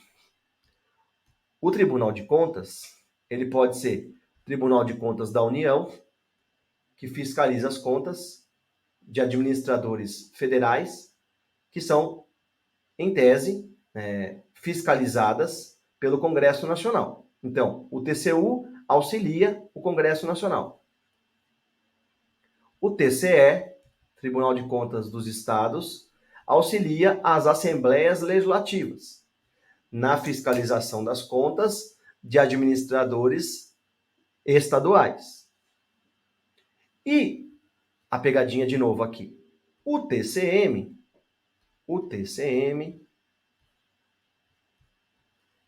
auxilia quem? O TCM não auxilia ninguém. Por quê? A dica e pode cair na prova mesmo, é uma pergunta boa. É proibida a criação de tribunais de contas municipais no Brasil. É proibida a criação de tribunal de contas municipal no Brasil. Então, não tem TCM. Não se fala em TCM. Eu falo só em TCU e TCE. Mas, professor, eu vi no seu livro, ou eu vi em algum livro, que São Paulo e Rio de Janeiro têm TCM. São os únicos que têm. Realmente, é verdade. São Paulo e Rio de Janeiro são exceções. Por quê? Porque eles já existiam antes da Constituição Federal. E a Constituição Federal foi expressa dizendo que é proibida a criação de TCM, salvo aqueles que já existem. Como já existiam São Paulo e Rio ficaram. Os únicos TCM que existem no Brasil hoje são São Paulo e Rio de Janeiro. Tá? Bom, em relação às contas do presidente da República, eu vou fazer um close aqui para vocês não esquecerem isso. Em relação às contas do presidente da República, como que é feita essa fiscalização? Bom, o presidente da República emite as contas, o Tribunal de Contas da União faz um parecer prévio, o Tribunal de Contas não julga a conta do presidente, faz um parecer prévio, manda o parecer para o Congresso Nacional. Cabe ao Congresso Nacional julgar as contas prestadas pelo presidente da República. Vou repetir essa frase para você anotar aí. Cabe ao Congresso Nacional julgar as contas emitidas pelo presidente da República. Quem faz o parecer técnico a respeito das contas é o TCU. O TCU dá parecer, o Congresso julga. Repetindo, TCU dá parecer, Congresso julga. Essa é a estrutura básica, uma revisão rápida, do controle de contas públicas no Brasil. Lembrando que o Tribunal de Contas não tem função principal. Embora seja um órgão autônomo, ele tem função auxiliar. Ele auxilia o Poder Legislativo na fiscalização das contas. Beleza? Ok. Então vamos mudar de tema. Estamos indo bem na revisão, hein? Vamos lá. Vamos que vamos. Vamos entrar. Deixa eu ver como é que vocês estão no chat aqui. Está tudo bem? Está tudo certinho? Então tá bom.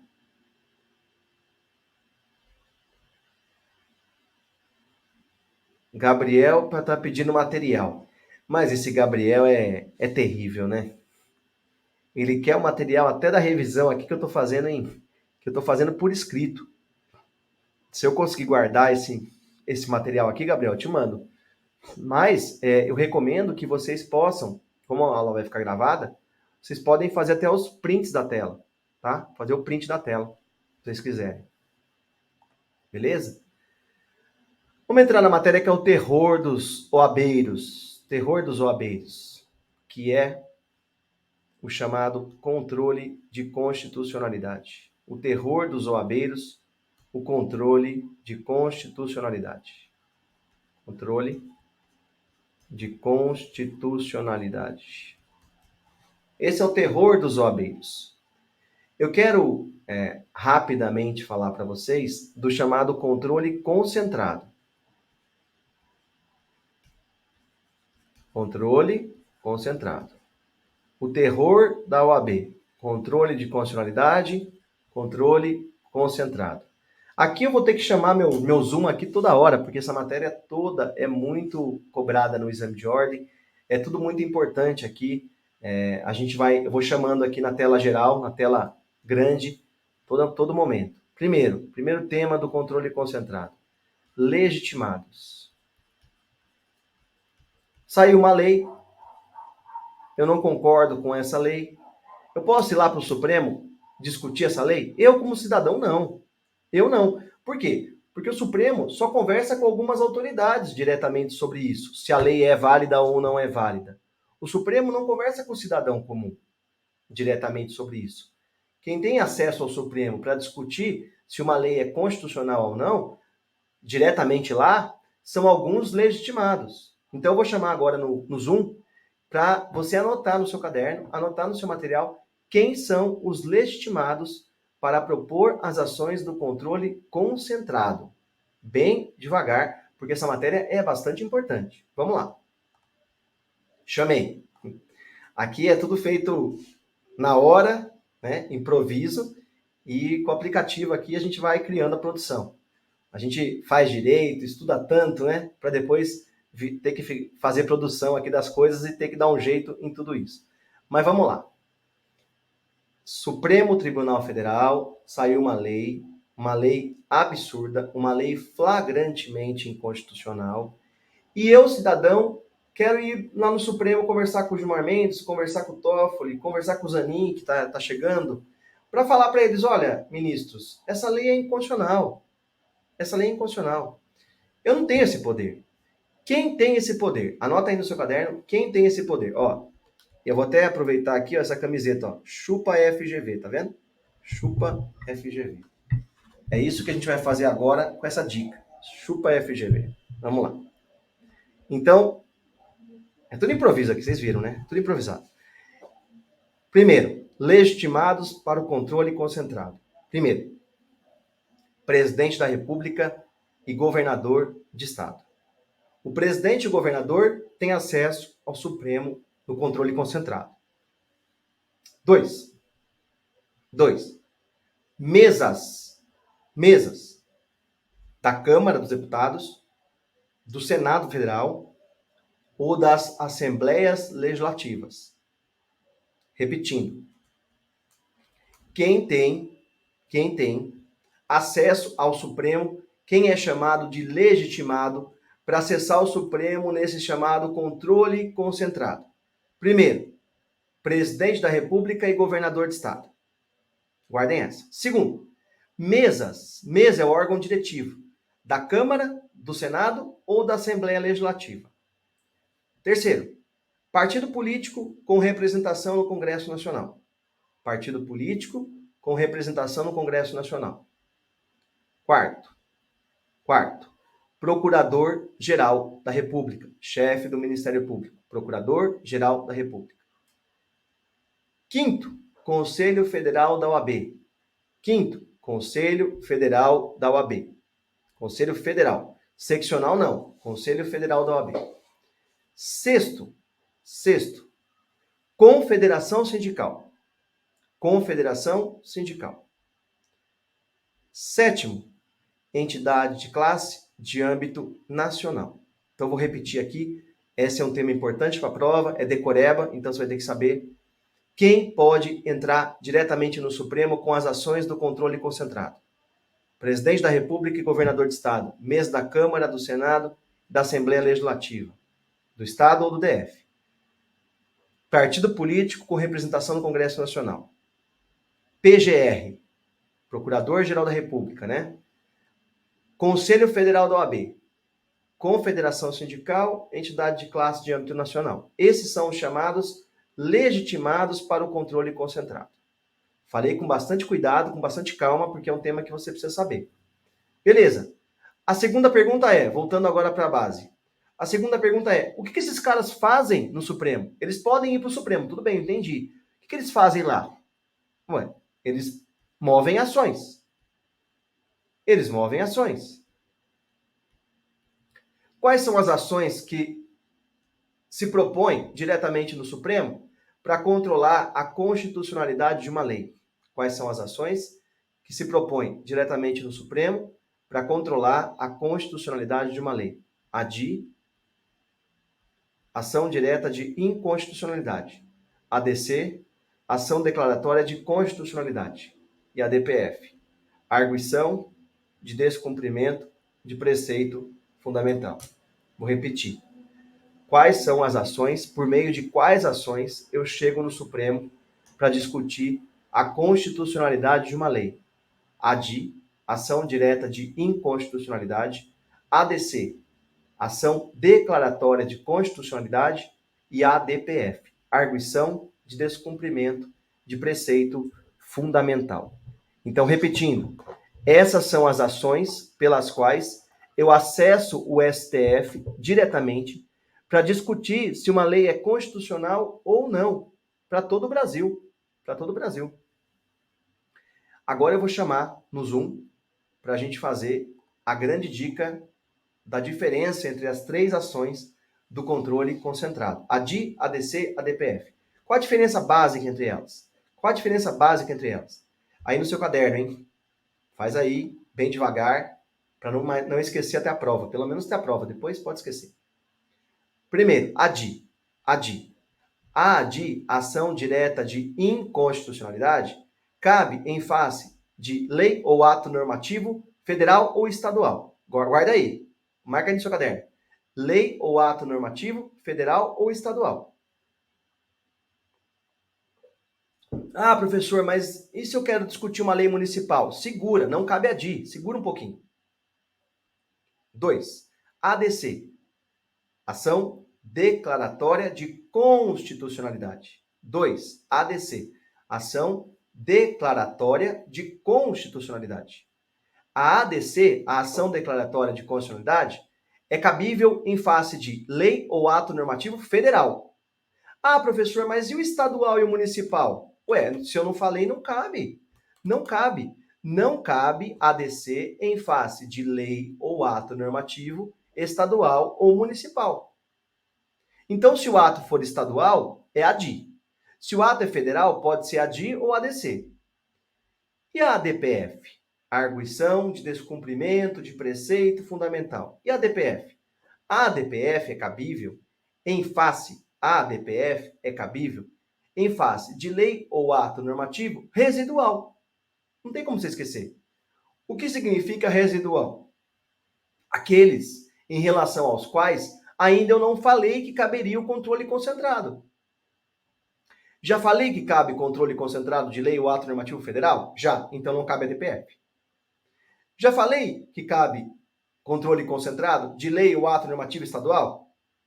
Já, aonde? Na ADI. Já falei até agora que cabe controle concentrado de lei ou ato normativo municipal? Não, então cabe a DPF. Cabe controle concentrado em face de lei ou ato normativo municipal? Cabe. Qual é a forma? ADPF. Qual é a ação? ADPF. Beleza. A doutrina também aponta que os atos anteriores a 88, lei ou ato normativo anterior a 88, são os que sobram, né? Porque não entram no controle de constitucionalidade.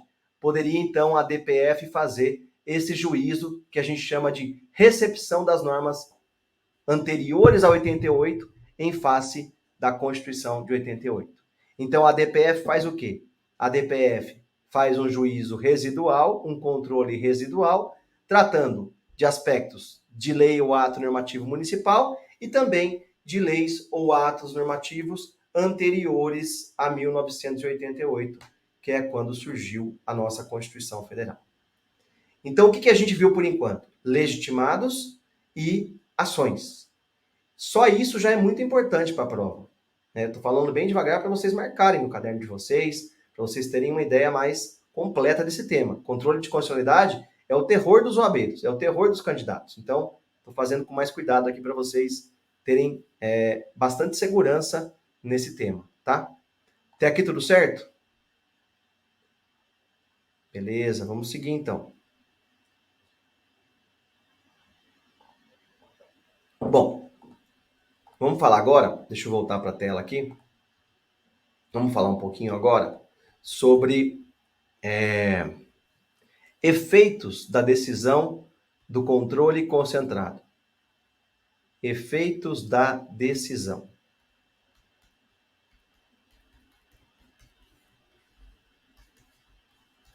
Quando o Supremo decide uma ação do controle concentrado, repetindo, quando o Supremo decide uma ação do controle concentrado, Supremo decidiu uma ação em ADI, ADC ou ADPF. Quais são os efeitos dessa decisão? Os efeitos são: 1. Erga omnes. O que significa erga omnes? Vai atingir todo mundo, todo o Brasil. Não é só para a parte que entrou, não é o prefeito, o governador, o presidente, a mesa da Câmara, a mesa do Senado. Não são esses que vão ser beneficiados, é o país. É erga omnes. 2. Efeitos erga omnes e efeitos ex tunc. O que significa ex tunc? A regra é essa. Significa que o juízo do Supremo em analisar a constitucionalidade ou a inconstitucionalidade de uma norma acarreta na sua nulificação, acarreta na sua nulidade. Se a norma é nula, os efeitos automaticamente são ex tunc. Isso é uma consequência lógica do direito. Se a norma é nula, os efeitos são ex tunc. Tudo bem. E aqui vai uma dica importante. Já ouviram falar de modulação dos efeitos? Essa é uma boa dica para a prova da OAB. Mais uma, né? Dentre milhões que a gente falou hoje. Já ouviram falar, então, de modulação dos efeitos? Acho que sim. O que é modular efeitos? Muitas vezes, por questão de segurança jurídica, para proteger os interesses envolvidos no processo, o Supremo Tribunal Federal, ao invés de dar efeitos ex tunc, ele pode modular os efeitos e dar outro efeito temporal que não seja o ex tunc. Isso chama modulação de efeitos. Então, o Supremo considerou uma lei inconstitucional. Uma lei, por exemplo, que define o número de vereadores de um município. Essa lei está com vereadores em excesso.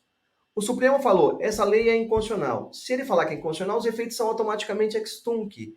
Mas sendo ex tunc, os vereadores teriam que devolver o salário e todos os projetos que eles aprovaram, esses vereadores que estão em excesso, são nulos também, porque não tem validade. Então, por questão de segurança jurídica, é conveniente que o Supremo module os efeitos e dê um outro efeito nessa decisão. Ou seja, só vai valer a partir das próximas eleições, o número de vereadores reduzido. Esses vereadores que estão aí em excesso continuam até o fim do mandato. No próximo, não tem mais. Que efeito que é esse? Não é ex tunc. Isso chama pro futuro. Se o Supremo Tribunal Federal quiser dar outro efeito que não seja o ex tunc, ele pode modular efeitos. Modular efeitos da decisão do controle de constitucionalidade. A pegadinha é da prova. Qual é o quórum para modular efeitos? Anota aí. Qual é o quórum para modular efeitos? 2/3. Anota aí, 2/3. Qual é o quórum para modular efeitos? 2/3. O Supremo, então, pode estabelecer um outro efeito que não seja o ex tunc? Pode. Por 2/3 pode. E aí, tá feito. Pode ser ex nunc, pode ser pro futuro. Outro efeito que não seja o ex tunc. Tá? Isso é legal saber. O que mais? Vamos voltar para o nosso gráfico aqui. 3. Então, erga omnes, ex tunc. Eu vou escrever aqui com modulação, com possibilidade de modulação, que agora vocês já sabem exatamente o que significa. E 3. Vinculante. Vinculante. Essa é a grande questão. Esse é o tema que eu acredito que é um tema interessantíssimo para ser cobrado. Porque vinculante é o efeito da decisão do controle de constitucionalidade em ADI, ADC e ADPF. Tudo bem. O Supremo julgou ADI, efeito vinculante. O Supremo julgou ADC, efeito vinculante. O Supremo julgou ADPF, efeito vinculante. Nas 3. O que significa vinculante? Vincula. Vincula quem? Vincula a administração pública, direta e indireta, e vincula os demais órgãos do Poder Judiciário. Demais órgãos do Poder Judiciário. Por que eu falo demais órgãos do Poder Judiciário?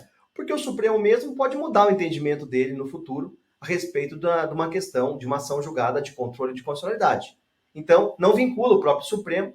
E também, aí eu vou abrir o zoom aqui. Quem o efeito vinculante não vincula? Essa é a grande pergunta para a OAB. O examinador da OAB adora essa pergunta. Adora fazer essa pergunta para vocês. Quem o efeito vinculante não vincula? O efeito vinculante não vincula, além do STF, que pode mudar a decisão dele no futuro, o efeito vinculante não vincula o poder legislativo. Guardem isso. O efeito, anota. Se você não entendeu, anota, porque vai ter que decorar. O efeito vinculante do controle de constitucionalidade, das decisões do controle, não vinculam o poder legislativo. Ah, professor, não entendi. O que significa isso? O Supremo decidiu que a Lei X é inconstitucional. Ou seja, a Lei X não vale. Um ano depois, o Congresso Nacional editou uma Lei Y com teor idêntico ao da Lei X. Essa lei vale, a Lei Y passa a valer. Mas o Supremo não tinha falado que a Lei X era inconstitucional? Tudo bem, mas o Congresso Nacional não fica vinculado aos efeitos vinculantes da decisão do controle de constitucionalidade. Guardem essa dica porque ela é valiosa, hein? Ela é valiosa e vocês têm dificuldade, pela experiência que eu tenho, têm dificuldade de entender um pouco isso, né? E na prova acaba se complicando. Então, guarda bem essa ideia, anota, vai lendo ela 1000 vezes, né? Se não entendeu. Lê 1000 vezes que guarda, né? De uma forma ou de outra, vai ter que acertar essa questão. Aproveitando que eu estou no Zoom aqui, eu estou no close da tela, queria aproveitar o momento do efeito vinculante para já falar com vocês sobre as súmulas vinculantes. Súmulas vinculantes. Súmula vinculante, a súmula vinculante é uma súmula editada pelo STF. Mas a súmula vinculante não é ação do controle concentrado.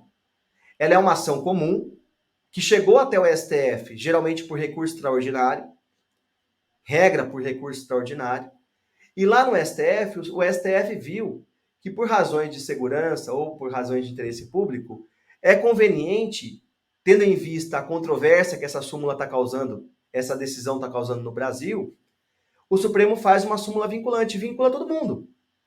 É a mesma ideia do efeito vinculante das ações do controle concentrado nas súmulas vinculantes.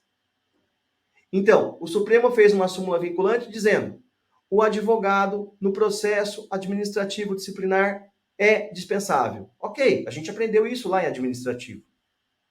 O advogado no processo administrativo disciplinar é dispensável. Súmula vinculante número 5. Tudo bem. A pergunta é: essa súmula vinculante vincula quem?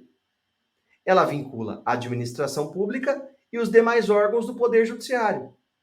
E quem a súmula vinculante não vincula? A súmula vinculante não vincula o legislativo. É a mesma lógica que eu acabei de explicar para vocês do efeito vinculante do controle concentrado. A súmula vinculante não vincula o poder legislativo. O que significa isso, professor? Significa que se eu tenho uma súmula vinculante que dispensa a participação do advogado nos processos administrativos disciplinares, essa súmula pode ter o teor abolido por uma lei futura. Pode ser que amanhã o Congresso Nacional faça uma lei e diga que o advogado é indispensável nos processos disciplinares contra os servidores. E a partir daí, o advogado vai ser indispensável. Por quê? Porque a súmula vinculante não vincula ao Poder Legislativo. Essa também é uma grande dica. Algumas questões de OAB sobre esses pontos, tá? Bastante cuidado com essa ideia. Beleza? Deixa eu ver se está tudo certo. Voltamos para nossa telinha. Vou fazer mais um pouquinho aqui. Deixa eu ver se está tudo bem.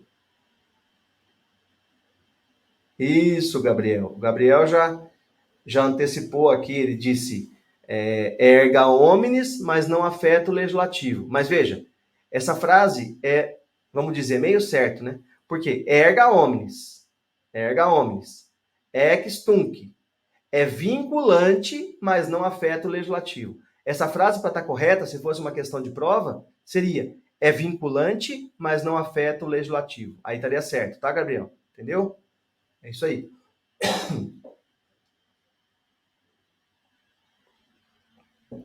Beleza, vamos lá.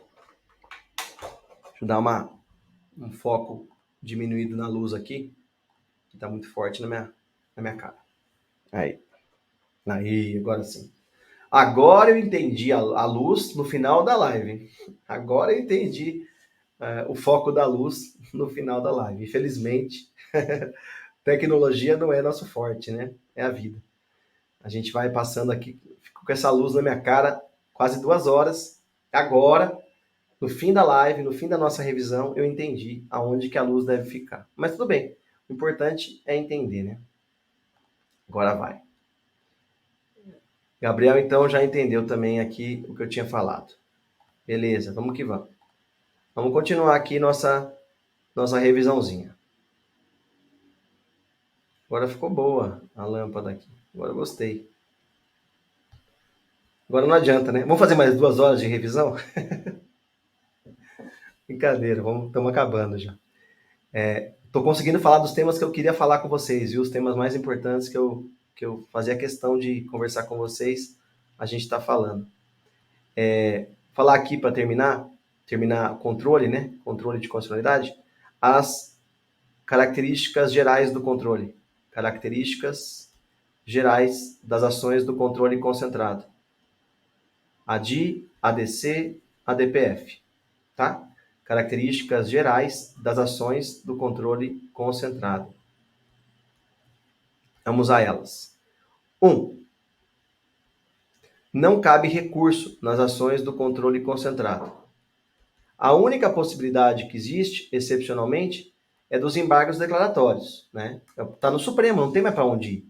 Então, não cabe recurso das decisões do controle concentrado. 2. Segundo, não cabe escrever, vai, que vai que, né? Você fala, você não escreveu isso. Escrevi sim, tá aqui. Não cabe rescisória. Não cabe ação rescisória do julgamento de uma DI, de uma DC, de uma DPF. Julgou, tá julgado. Decidiu, tá decidido. Efeito vinculante, erga omnes ex tunc, ponto final. Né? 3. É possível o chamado amicus curiae ou amici curiae. O que é o amicus curiae ou amici curiae?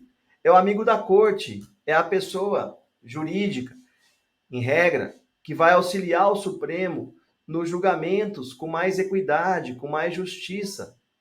O amici curiae ou amicus curiae são pessoas que auxiliam o julgamento do Supremo de forma mais técnica. Exemplo do aborto do feto anencéfalo. O Supremo ouviu equipe de especialistas da área da medicina, ouviu até pessoas da igreja, para saber quais são as opiniões da sociedade, para que ele faça um julgamento que contemple a sociedade e não só a visão dos 11 ministros que estão ali, né? Tem que ecoar, tem que transmitir aquela ideia e captar a sociedade, né? O Supremo não é um órgão por si. O Supremo existe para atender às demandas sociais, como todos os poderes. A gente vive numa república, essa é a ideia. Então, não cabe recurso, não cabe rescisória e temos a possibilidade da presença do amici curiae. Lembrando, vou colocar aqui só para relembrar, também temos como característica geral a modulação dos efeitos por 2/3, e também se admite as medidas cautelares nas ações do controle concentrado. Essas são as características gerais das ações do controle concentrado. Faltam 10 minutos para terminar nossa revisão. Então, vamos terminar com um tema que eu nem estava prevendo. Aqui eu estaria satisfeito se a gente terminasse a revisão aqui. Foi uma revisão que, das revisões que eu fiz, talvez a mais produtiva em termos de conteúdo, em pouco espaço de tempo, né? 2 horinhas quase, nem 2 horinhas eu falei o que eu queria falar para vocês. Vou fazer mais uma dica, então. Obrigado, Cris. Tamo junto. Vamos lá, então. Mais uma dica. Vamos falar sobre CPI, Comissão Parlamentar de Inquérito. CPIs, Comissão Parlamentar de inquérito. Vamos lá. Sobre CPI, o que é importante a gente saber? Como é que eu instauro uma CPI? Como é que se instaura uma CPI? Como é que se abre uma CPI? A CPI, a doutrina costuma dizer que é o exercício do direito das minorias. A CPI é aberta com 1/3 dos deputados ou dos senadores. Se estiverem ambos, uma CPI da Câmara e do Senado, a gente chama de CPI mista. Aí é 1/3 de ambos. Mas com 1/3 de deputados ou 1/3 de senadores, eu já consigo abrir a CPI. 1/3. Para abrir a CPI, basta 1/3. Lembrando, o que a CPI não pode fazer? O que a CPI não pode fazer? O que a CPI não pode fazer? Primeiro, a CPI não pode determinar a busca em domicílio. A CPI não pode determinar a busca em domicílios. A busca em domicílio, aquela entrada em domicílio sem consentimento do morador, vou até fazer o close aqui para a gente revisar.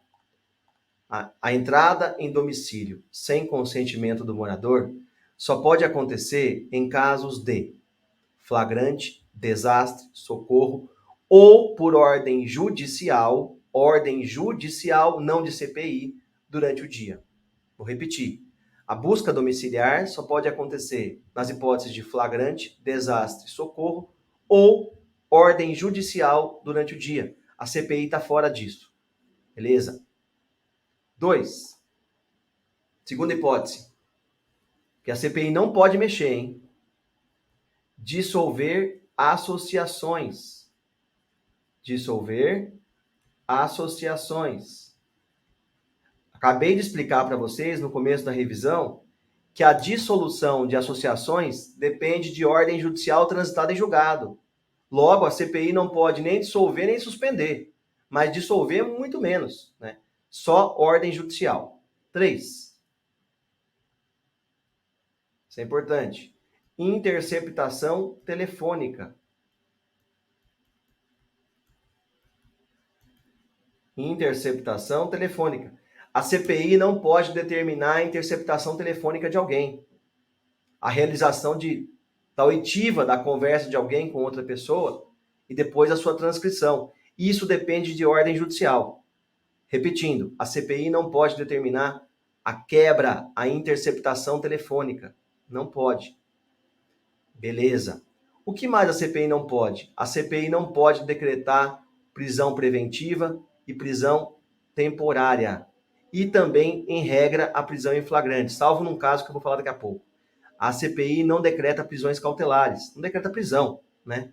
Nem prisão definitiva, obviamente, porque depende do juiz, e muito menos a prisão cautelar, flagrante, temporária, preventiva. Beleza. Guardem isso, a CPI não pode fazer. E para a gente terminar a revisão e também a aula, o que a CPI pode fazer? O que a CPI pode fazer? A CPI pode. Vamos lá. 1. Determinar a prisão em flagrante por falso testemunho. Mas aí qualquer pessoa pode, tudo bem, mas a CPI também. A prisão em flagrante da testemunha que mentiu, né? Que de forma contundente, de forma absurda, mentiu perante a CPI. Ela pode determinar a prisão. Segunda coisa que a CPI pode fazer: quebra de sigilos. Quebrar sigilos. Mas eu não acabei de falar que não pode interceptar telefone? Sim, eu falei. Repito, CPI não pode interceptar telefone. O que a CPI pode fazer, então? Quebrar sigilos. Ela pode quebrar sigilos bancários, sem ordem do juiz, hein? Bancários. Fiscal. O que é fiscal? É a questão, a relação fiscal, a Receita Federal, imposto de renda e tal. A CPI pode fazer isso. A CPI pode mexer nisso. E, para a gente fechar, a CPI pode também quebrar sigilo de dado telefônico. Dados telefônicos. Ah, mas professor, você acabou de falar que interceptação telefônica a CPI não pode fazer. Mas eu não estou falando interceptação, eu estou falando dados telefônicos. Qual a diferença entre dado e interceptação? Interceptação é a conversa enquanto ela acontece. E dados são os dados da conversa. Que horas ligou, para quem ligou, qual é o número de telefone. Isso é dado telefônico. A CPI pode interceptar dado telefônico. A CPI pode quebrar sigilo de dado telefônico. Mas ela não pode fazer a interceptação telefônica. A interceptação da comunicação telefônica, isso ela não pode fazer. Isso é matéria exclusiva do juiz.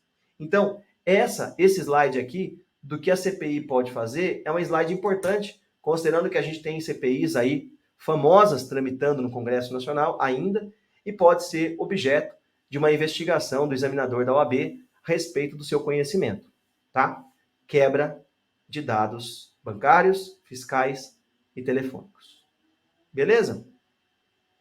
Bom, então acho que dá para a gente fazer uma revisão rápida de tudo que a gente viu, hein? Nunca fiz isso numa revisão. Revisão da revisão. Vamos fazer? O que vocês acham? 5 minutinhos a gente faz uma revisão da revisão. Vamos lá. Vamos tentar fazer uma revisão da revisão. Vou voltar meus slides aqui. Vamos lá.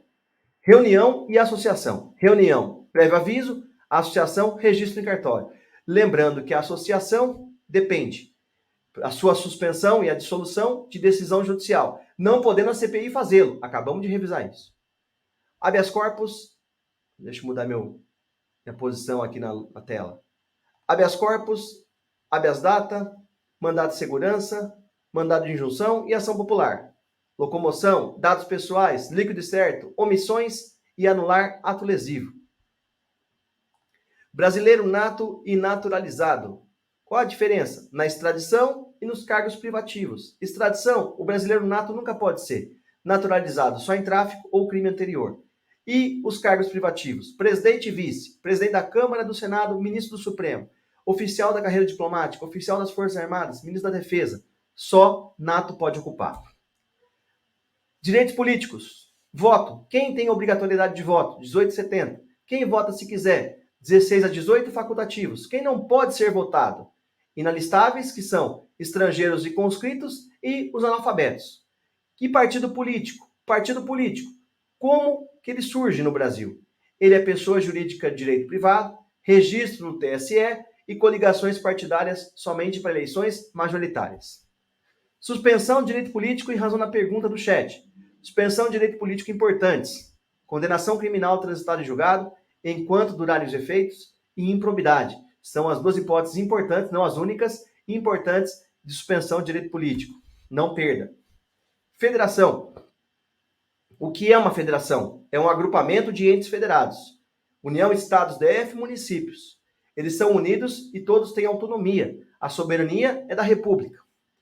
A União intervém nos estados, intervenção federal. A União intervém em municípios localizados em territórios federais, que hoje não existem, mas podem existir. A União intervém em municípios nesses territórios, intervenção federal. Os estados intervêm em seus municípios, intervenção estadual. Repartição de competências. Algumas matérias só podem ser legisladas pelo Congresso Nacional. Outras também podem pelas assembleias legislativas, além do Congresso Nacional. São as competências privativas do artigo 22, concorrentes do artigo 24. Poder Executivo, vacância. Se o presidente deixar o cargo temporária ou definitivamente, sucede e substitui o vice. Se o presidente e o vice deixarem o cargo temporariamente, presidente da Câmara, do Senado e do Supremo. Se o presidente e o vice deixarem o cargo definitivamente, dupla vacância, depende, 2 anos antes, 2 anos depois, 2 anos antes, eleições diretas, 2 anos depois, eleições indiretas pelo Congresso Nacional, não pela Câmara, não pelo Senado, pelo Congresso Nacional. Imunidades do presidente. O presidente não responde por crimes que não tenham relação com a sua função. O presidente também não se submete a prisões cautelares. E, em caso de crimes, o presidente em crime que tenha relação com a função é autorizado pela Câmara e julgado pelo Supremo. Em impeachment, autorizado pela Câmara e julgado pelo Senado.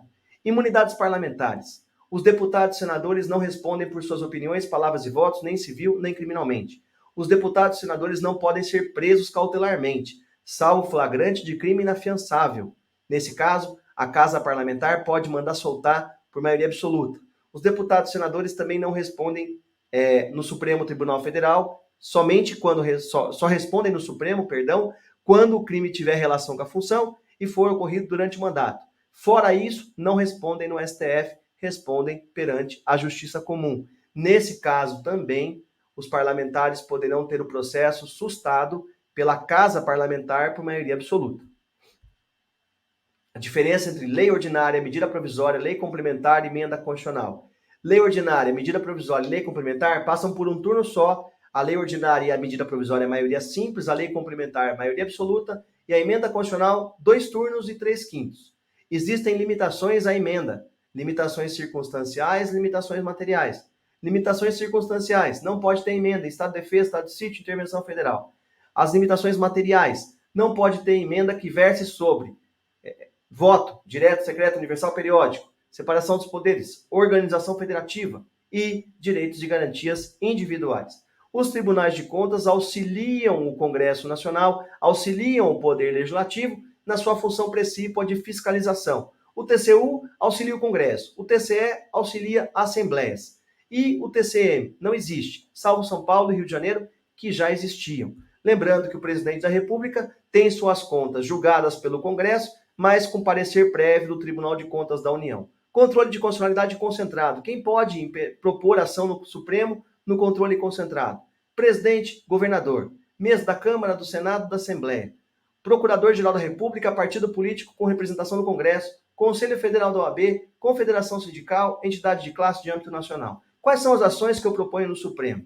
ADI, ADC, ADPF. ADI, ADC, ADPF. ADI, Lei Federal Estadual. ADC, Lei Federal. ADPF, Residual. Quais são os efeitos da decisão no controle concentrado? Erga omnes, ex tunc e vinculante. Lembrando que o ex tunc pode sofrer modulação por 2/3. O vinculante não vincula o Poder Legislativo. Lembrando das características gerais do controle concentrado. Não cabe recurso, não cabe rescisória, cabe cautelar, cabe amicus curiae e a modulação dos efeitos. CPI, instaurada por 1/3 de deputados ou senadores ou mista. Não pode buscar domicílio, fazer busca em domicílio, não pode dissolver ou suspender associações, não pode interceptar telefone. O que a CPI, então, pode fazer para a gente concluir a revisão da revisão? Prisão em flagrante, quebrar sigilos bancário, fiscal e de dados telefônicos. Fizemos agora, em 5 minutos, a revisão da revisão. Essa é a primeira vez que eu faço, nessa aula de véspera, uma revisão da revisão. Com isso, pessoal, a gente termina a nossa revisão de hoje. Espero que tenham gostado. Passamos aí 2 minutos do tempo regulamentar, 2 horas e 2 de revisão. Aproveitem a revisão, dá para vocês olharem de novo essa revisão, principalmente a parte final. Quem assistiu a aula toda consegue ver só a revisão da revisão, que é a parte final que eu concentrei os detalhes rápidos, tá bom? Boa sorte a todos, espero que acertem todas as questões de constitucional, né? A constitucional agora 6 questões, é um número bom ainda é uma matéria que vale a pena. E semana que vem, domingo que vem, no mesmo horário, das 10 ao meio-dia, faremos a revisão de administrativo e previdenciário.